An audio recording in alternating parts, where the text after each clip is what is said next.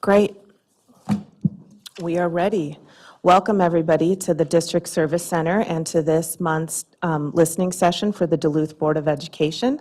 I'm going to turn it over to our, I just forgot, no, Clerk Mike Cassell to do roll call.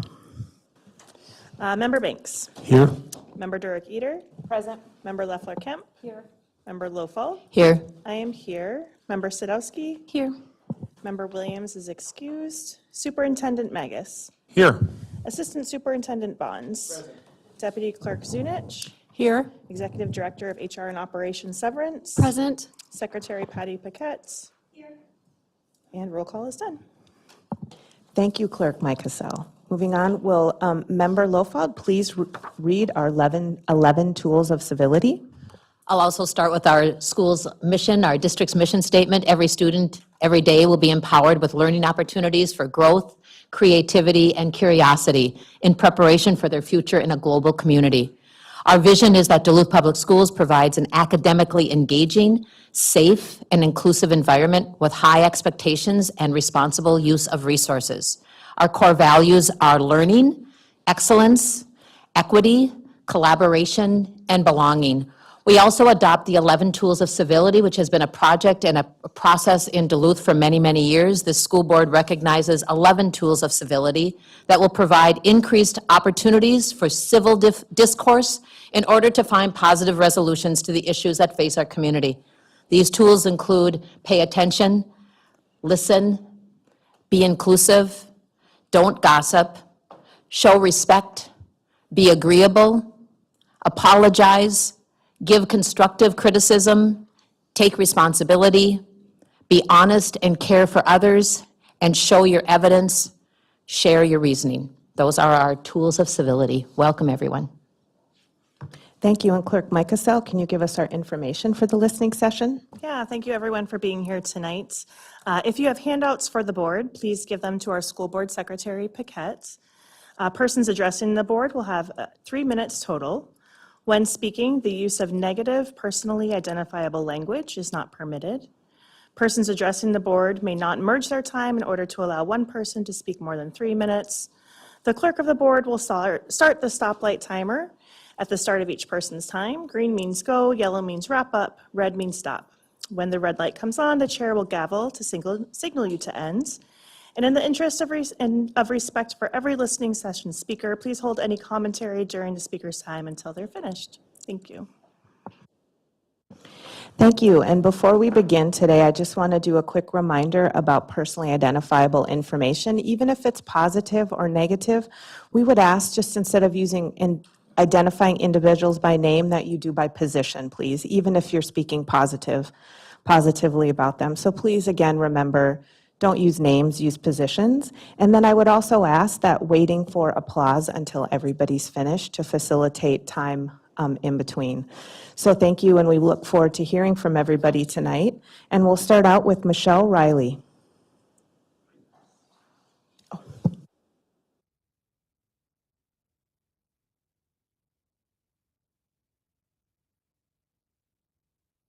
Michelle, sorry to interrupt. Will you turn on your microphone so that we can hear you better?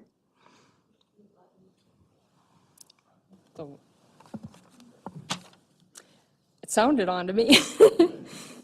Okay, so thank you all for your time and effort supporting students and staff in our district. We couldn't do it without you. We know that the budget is very tight this year, but there are some positions that are critical for everyday success for all of our students each and every day. One of these positions is the Dean of Students. Students and staff in both of our high schools benefit from having these positions. The budget cuts have eliminated the position at East for next school year. Our Dean of Students oversees and runs SWS, School Within a School, our largest accommodation for academic success for at-risk students, meeting with both students and their parents, setting goals for individual students, and monitoring their attendance and behavior, which are all needed for this program to be an effective intervention. Our Dean of Students meets with hundreds of students each semester about their attendance, hosting restorative, in-person, one-on-one conversations about their attendance and creating attendance contracts, as well as overseeing Saturday school and truancy court. Regular attendance is one of the most important pieces to student success and for increasing graduation rates in high school and in life beyond. Our Dean of Students provides mental health support by providing a safe space for students needing guidance beyond formal counseling. All of the guidance counselors at our school are female, and with our Dean of Students identifying as male, some students feel more comfortable talking with somebody of the same gender identity. Our Dean of Students works closely with Setting 3 staff, helping to train and coach fellow educators and advocating for each and every student, making sure they receive the proper support they need. Our Dean of Students continuously builds positive adult-adolescent relationships with students through both academics and athletics, serving as an assistant coach and organizing and staffing before and after school programs available for students, which creates leadership opportunities for students who are not involved in other positions in the school. Our Dean of Students uses restorative discipline strategies to enforce district policies, managing individual student behavior and conflict in a personal, one-on-one manner every day. In order for students to understand school expectations and realize how their behavior does not follow these, it takes a lot of time, effort, and persistence.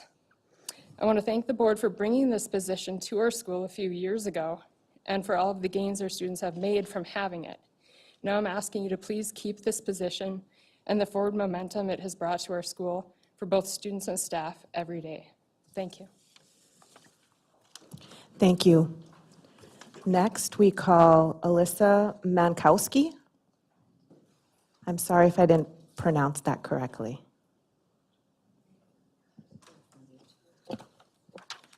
Good evening. I apologize in advance, but I can't really tell my story without saying who it's about. My name is Alicia Mankowski, and I'm a concerned mom. I'm here today to share my story about David Clark, the current Dean of Students at East High School. And Could to you just ask- use Dean of Students? Would that be okay? Well, this is about him. I mean, this is personal experience. I'll do my best. Thank you. I'm here to ask you to reconsider eliminating the Dean of Students position at East High School. My son Wyatt was a 10th grader when the pandemic hit. Like so many students, he had a tough time transitioning to online learning. He was so behind by the time school resumed in person, he was failing most of his classes and struggling with attendance. He was drowning, and I felt like a one-woman army trying to find some way to help my son achieve graduation. I could not get the attention of a single person at the school. I needed help to guide us on how to overcome the predicament my son got himself into. Along came the Dean of Students. He first of all noticed my son Wyatt was floundering. He approached him at school respectfully. He reached out to me. He guided us all to get the tools that we needed to get Wyatt back on track. I'm very happy to say that Wyatt finished his senior year through ALC and was able to graduate with his class. My son would have entirely fallen through the cracks without Mr. Clark. I also have a son, Evan, who's currently a freshman at East and a member of the football team. The Dean of Students is their assistant head football coach. I've watched him train and inspire Evan and the entire football team and make a personal investment in their success on and off the field. He shows up daily in the weight room, and he helps these boys year-round. His investment goes far beyond what we see in this world. When Evan's grades started slipping this winter, I reached out to the Dean of Students, who told me he was on top of it and that we're all here to support your boy.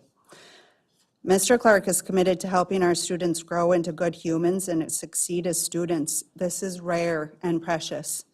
You need him to have your back and the backs of our kids for the future of Duluth East and the good of our whole community. I humbly ask you to reconsider your decision to remove the Dean of Students position at the school. Thank you for your kind consideration. Thank you for your words. Next, we have Brian Youngman.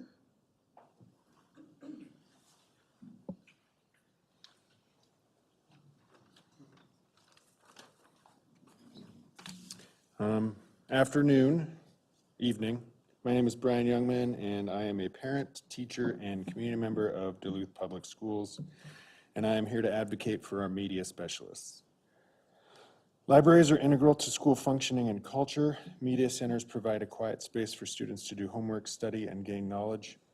Additionally, the mere existence of a functional library is an invaluable building-wide behavior management tool. Without a media specialist in the room to help create and conduct this culture, the media center becomes simply a holding area and nothing more. We saw this happen during the pandemic when we got rid of our media specialists then. Furthermore, maintaining a healthy school library, it's sad that we have to say this, will save the district money in the long term.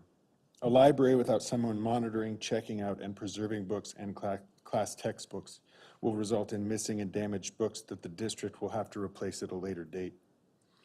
Finally, and most importantly, our school libraries build and create a culture of literacy within each building. Reading is as much cultural as it is a skill.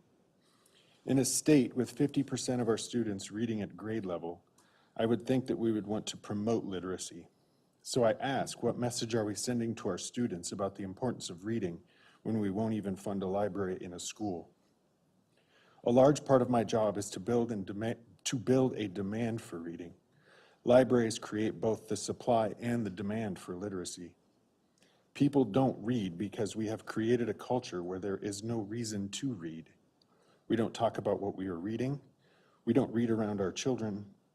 And now we are discussing limiting students' access to literacy. I am reminded of the adage, the person who doesn't read books has no advantage over the one who cannot read them. Thank you. Next, we have Shania Bush.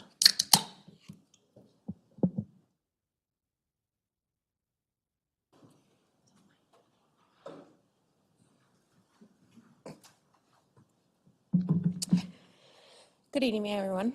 My name is Shania Bush, and I'm a science teacher at Duluth East High School. I want to discuss some of the decisions that have been made in terms of budget cuts. I understand that budget cuts are required due to our large deficit, and decisions have to be made. But I also want to bring to your attention that one of the roles that was cut, the Dean of Students, is very important to our students and our staff. Our dean plays an important role with our community at East. I started teaching in the district and at East 7 years ago, and I've seen our school before we had our dean, so I've personally seen the impact that he has on our school community. I could talk about everything I've seen him change, but I just want to touch on a few. Throughout his time at East as our dean, he has worked hard to decrease the behaviors and create relationships with kids and staff. Over the past few years, he's had many students with behaviors and also started rebuilding our school's culture. He works in many different areas of our building. Sometimes he'll be out of his office helping our special education teams. And other times, he's talking with students about their attendance, behaviors, or working with our SWS teachers. I have seen him talk to students about their behaviors, and then the next day, that kid will greet him in the hallway or spend time in his office just chit-chatting with him. Along with many of the different tasks throughout the day, our dean is working hard to create a school dynamic that revolves around lifting each other up and supporting one another, which is in short supply. We've seen low attendance at sporting events, dances, and other school-related activities, and it's just getting lower.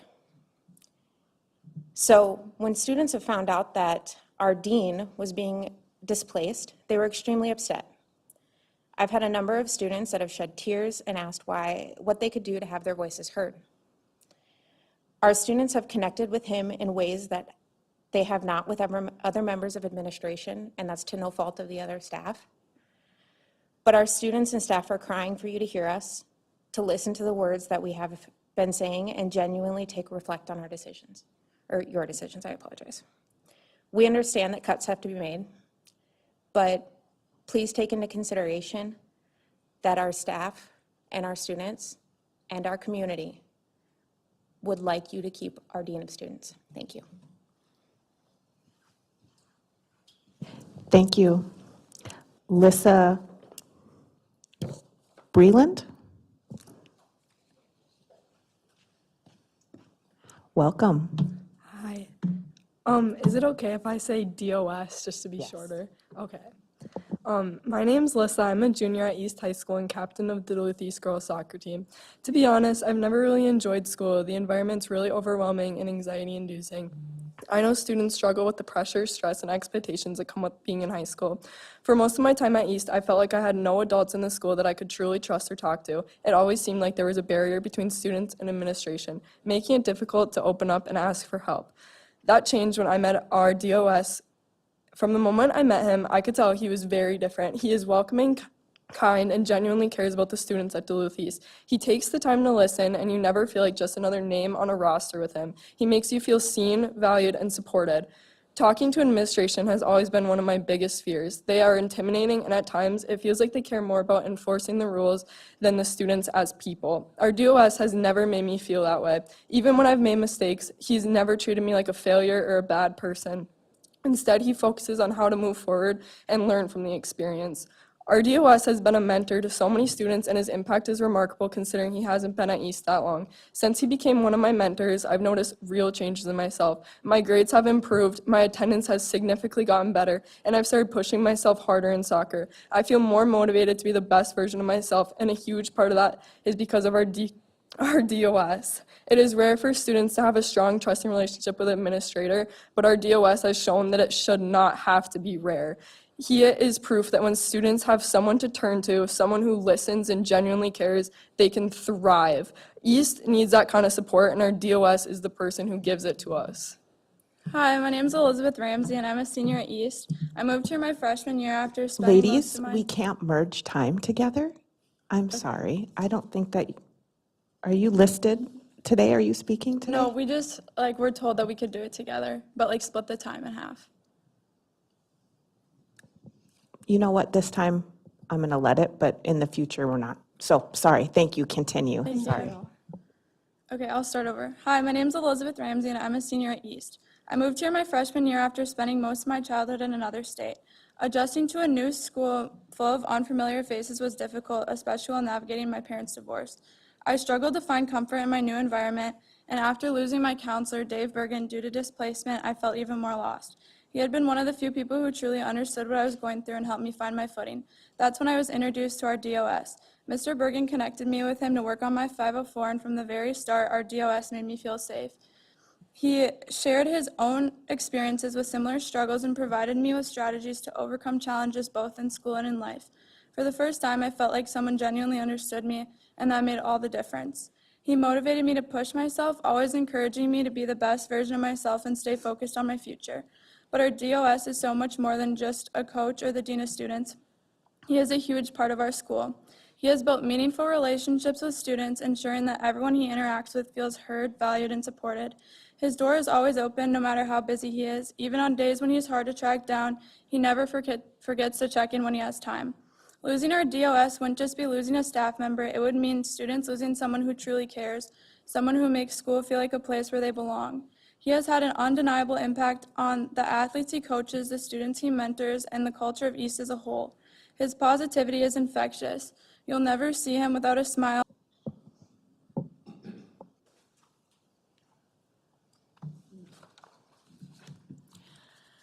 Hi, good evening. I'm Sharon Berquist, and I'm a member of the Duluth Women of Today, the sponsoring organization behind the Memorial Day Parade. As most of you know, the reason for Memorial Day is to remember those who fought and died in service of this country. A veteran friend of mine once said, "In the morning the flags are at half-mast and we mourn those who went before us. At noon the flags are raised and we celebrate their lives." The Memorial Day Parade has been occurring every year in Duluth since 1871. So May 26, 2025 will mark 154 years of this parade. The only time there was no parade was 2020, and we know the reason was COVID. So why am I addressing you? Well, as you have guessed, I have begun the process of getting schools, organizations, and businesses to sign up to be in the parade. And naturally, some of the first to be contacted are the high school bands, Denfeld and East. Their response and participation has been great in the past. However, this year I'm told they cannot participate. I was told that this year the Memorial Day holiday is a 4-day holiday in ISD 709, and that Tuesday is a non-student activity day. I also was told that the district has a policy of schools being closed on holidays, Memorial Day being one of those days.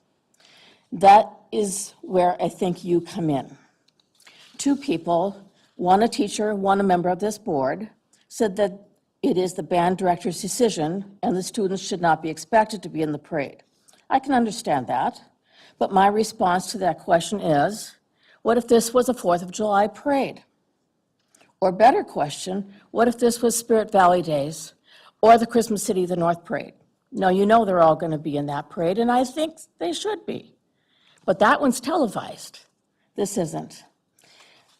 I am looking for people to give up about 4 hours of their day on a Monday. It was mentioned that there are some budget cuts, and that this parade could result in overtime for the band directors and custodians. But what if it was a sports team that needed to practice before a tournament the next day? Would they be allowed in the facility? I think they would. In closing, while I understand that being in the parade is an interruption in the holiday weekend for students, families, and staff, I'm sure that our men who marched into battle and gave their lives in service of their country did not, for a moment, think it was an inconvenience. So if there is any way that this board can help to make sure that this doesn't happen again next year, that the schools can be opened on Memorial Day so bands can get their uniforms and their instruments, I'd appreciate your help. Thank you. Thank you. Next, we have Sierra Keenan.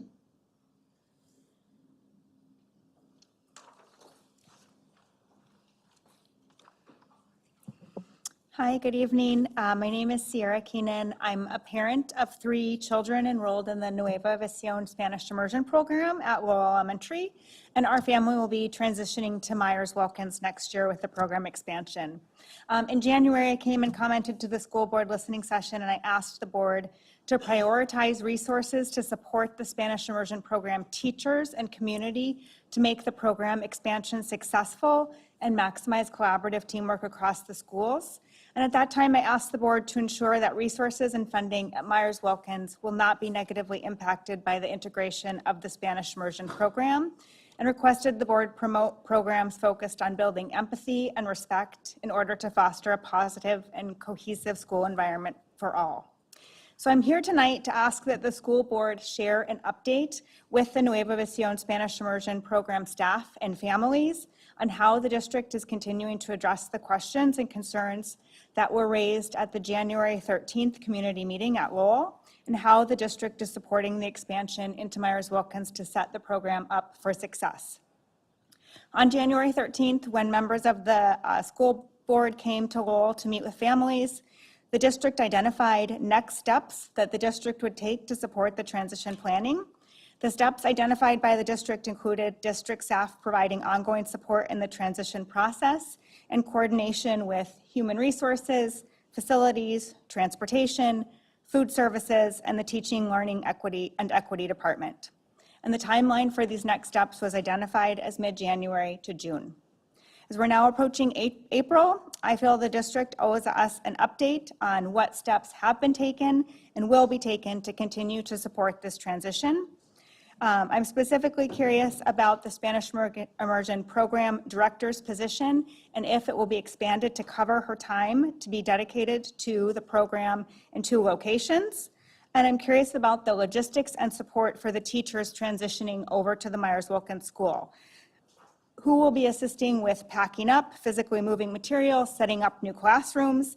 As we approach the summer, I think these are questions we need answers for. I'm curious if all resources, such as Spanish books available in the library and English literacy support for the immersion students, will be available starting at day 1 in Myers-Wilkins. So my request is that the district hold another meeting, either at Lowell or Myers-Wilkins in April, to provide updates to the community and take questions from family and staff as we continue this transition process. Thank you for your consideration and your time.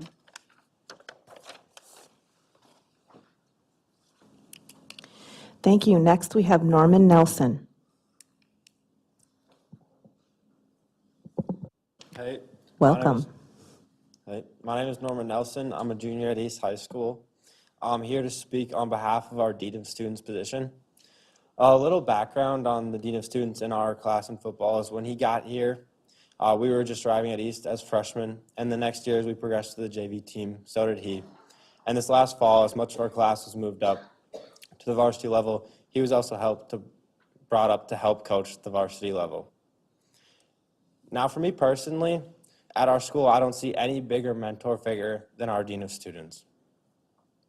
I think on a weekly basis, he helps me with many things, whether it be from clearing the kids' vaping out of the bathroom so I can use it for its intended purpose, to just providing a place to talk and focus on navigating the chaos that is high school.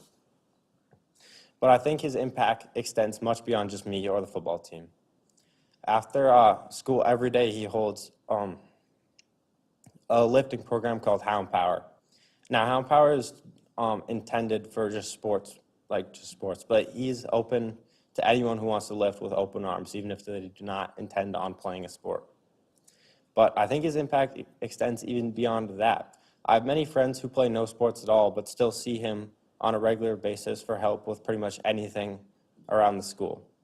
I think our Dean of Students truly cares about the student population at East, and a lot of kids are going to lose a real strong role model figure if he is moved elsewhere. Thank you. Thank you. Next, we have Anthony Carlson. Welcome, Anthony. Good evening, members of the board. I'm Anthony Carlson. I'm here tonight to speak on behalf of my coach and Dean of Students, Mr. David Clark, concerning his employment and the overall preservation of the position, the Dean of Students. I will begin by highlighting the importance of the Dean of Students as a position in the school, as it is my understanding that it is going to be either condensed or removed completely in the district. In my opinion, the Dean of Students acts as somewhat of a father figure of the school, if you will, dealing with matters such as attendance, student behavior, and student safety. In any case, these are vital elements in a successful school which require a dedicated, genuine, and passionate person to keep them in check. These are all traits that Mr. Clark possesses and expresses in his work. I do understand that the district needs to cut non-essential spending in order to meet the budget, but I do not understand how this position could be thought of as such. Even if it must be that a different position is combined with the Dean of Students, the position is an absolute must, and Mr. Clark is the best person for the job, as he is a vital asset to our community and culture at East. Mr. Clark's exceptional character and dedication to his role as the Dean of Students has made him a beloved role model and mentor in our school. His open door and listening ear are just a few of the many opportunities that he has given to students outside of his role as the Dean.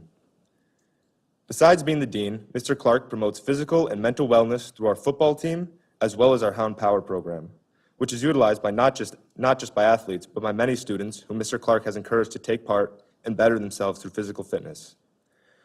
Mr. Clark is not only good at what he Anthony, does. can you just say Dean of Students for me, please? Of course. Thank you. He excels. He excels by helping students with mental, behavioral, or substance abuse issues to change their course, referring them towards physical fitness through our Hound Power program. He excels by coaching and mentoring the football team, where he is the assistant head coach. And most importantly, he excels by making students feel welcome, included, and safe at school. In short, the Dean of Students position, and Mr. Clark specifically, are vital assets to the students and community at Duluth East. Thank you. Thank you for trying, Anthony. We appreciate it. You did great, by the way. Now we have Danny Westholm.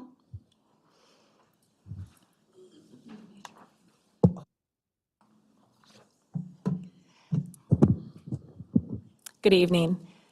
I come to you as a parent, a teacher, community member, and a product of ISD 709. I'm here to urge you to reconsider the budget decision regarding the media specialist position. A media specialist is not just a librarian. They are a licensed educator, researcher, and essential resource for both students and teachers. Replacing a full-time media specialist with a part-time media specialist and a part-time paraprofessional is not an equal substitute. At East, the Media Center plays a crucial role in academic success. English teachers rely on it for research projects, novel checkouts, citation instruction, and career research. Our media specialist is invaluable in assisting students with research, curating diverse reading materials, and fostering a love for books. She teaches students how to evaluate sources, navigate databases, and think critically, an essential skill in today's digital world. She has gone beyond expectations, creating MLA9 resources, providing one-on-one research support, designing creative displays that hook kids into the library, and facilitating book clubs, for which we had over 100 kids participate this winter. The Media Center is more than a library. It's a hub for equitable academic access. It is the only place where students can print assignments. It provides structured environment for 504 testing, small group work, and peer collaboration. When students need materials beyond our school's collection, our media specialist ensures that they have access to district and online resources. We surveyed the English department and found that this semester alone, teachers plan to utilize the Media Center for career research, historical literary studies, and media literacy instruction directed by our media specialist. Without a full-time media specialist, these opportunities will diminish. A paraprofessional cannot provide the same expertise in guiding students through research, evaluating digital resources, or fostering literacy engagement. A part-time presence cannot match the consistency and accessibility that our students need.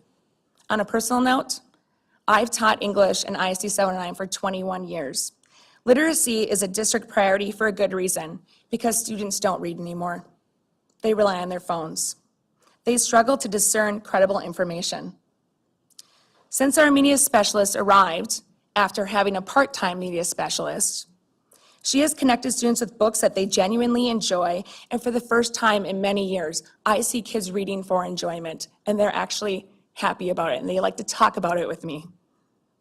Finding the right book can change a student's entire relationship with reading. Underfunding this position is a disservice to our students and to our teachers. A media specialist is not an optional role. They are a catalyst for student success. I urge you to restore this position to a full-time position. Our students deserve daily access to a professional who can guide, inspire, and equip them with the skills needed for the modern world. Thank you for your time and consideration. Thank you. And after this is all complete, could Jordan Johnson please come up and see me quick? There's just a technical thing we just need to fix for your presentation. That would be great. Thank you. Lastly, we have Sonia Hankinson.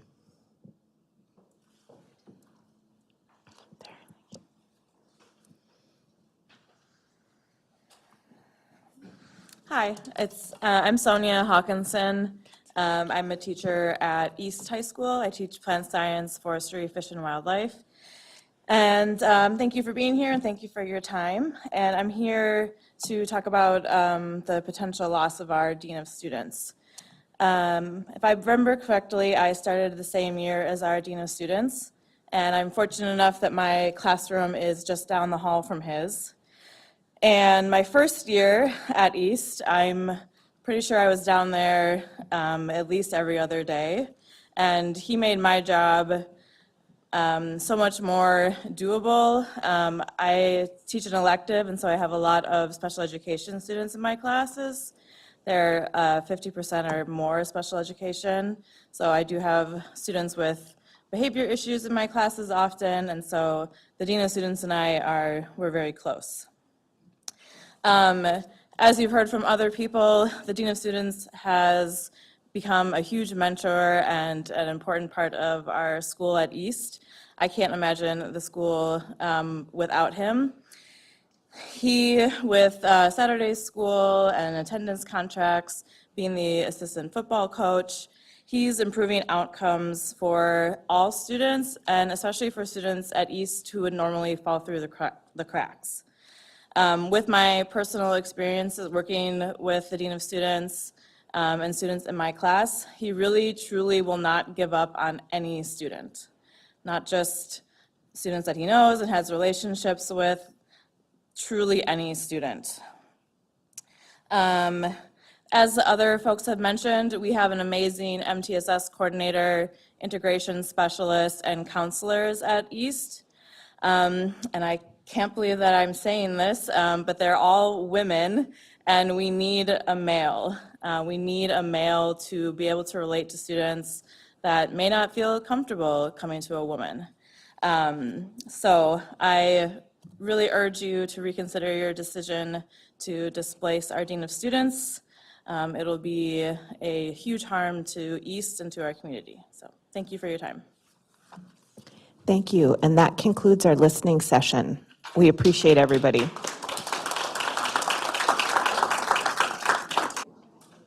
Oh.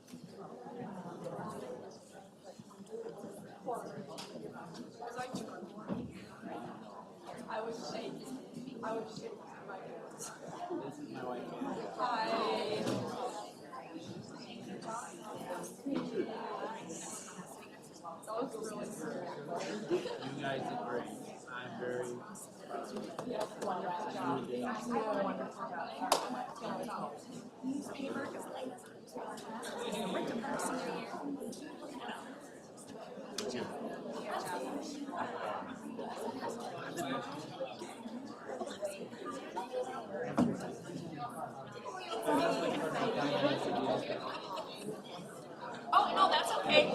No, that's fine. That's fine. I'm sorry. I brought my bronzer to time myself, and I forgot to hit start. And I'm like, there's no luck. I don't know how much time I have left, and then this started running, and I'm like, oh.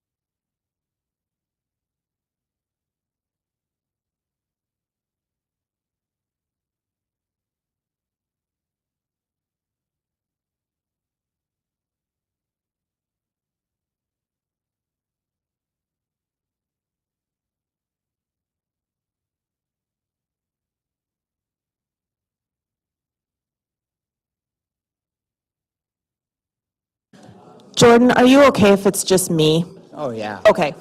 Oh, Sarah Sarah's will join coming. you too. School board, if you could return so we could let Jordan redo his, please?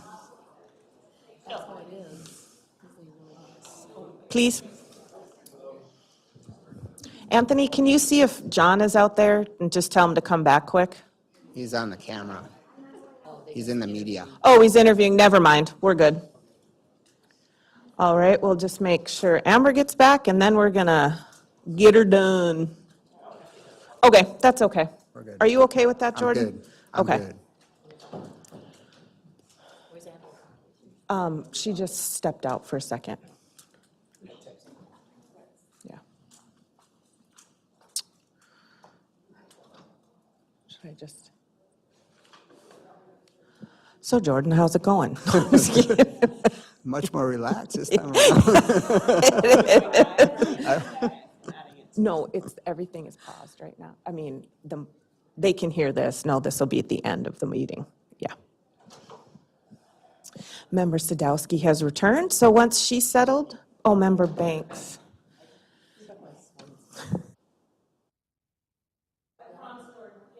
I know you are.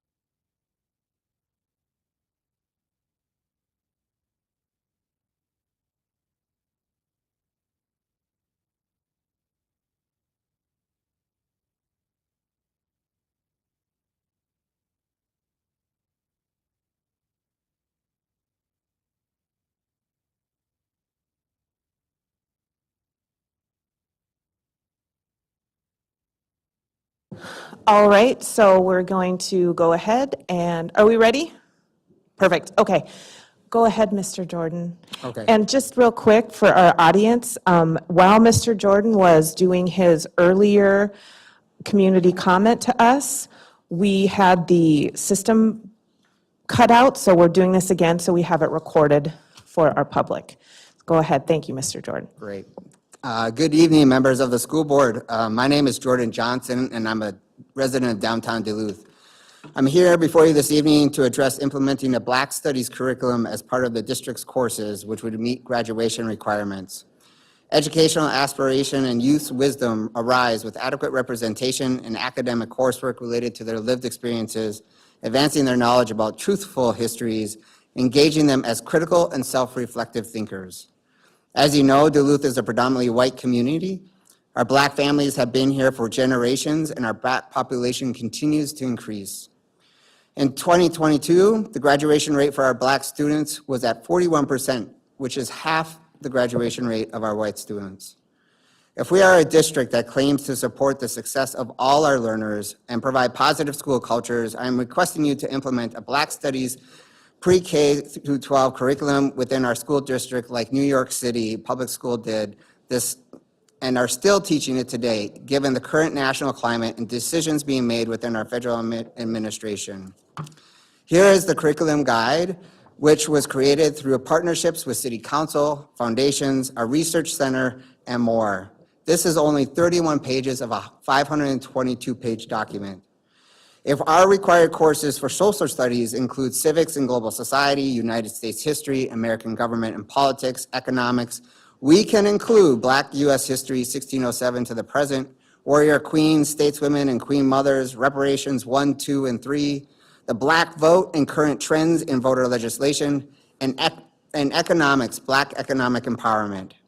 Having an elective course on African American literature, diverse perspective literature, ethnic studies does not adequately provide the historical context, economic framework, and richness of Black African heritage lived experiences. I recognize the new ethnic studies course being offered as an elective per the current law in our state. However, there is current legislation, House File 29, that has been introduced by Representative Kresha to repeal ethnic studies requirements, canceling ethnic studies appropriations, and amending a Minnesota statute. And this is just one of bills being introduced in our state. As elected officials, our students, teachers, staff, and community need you to stand up and be clear that you support our students of color. I want to highlight this statement from the Black Studies Curriculum Guide that says, quote, through an examination of the intersection of race, culture, identity, and power, this curriculum seeks also to foster critical thinking, informed dialogue, and an appreciation for the complexity of our shared humanity in ways that advance educational transformation and social change. I appreciate your time and listening this evening and requesting you to implement a Black Studies curriculum in our school district, and please hear this request. Thank you so much.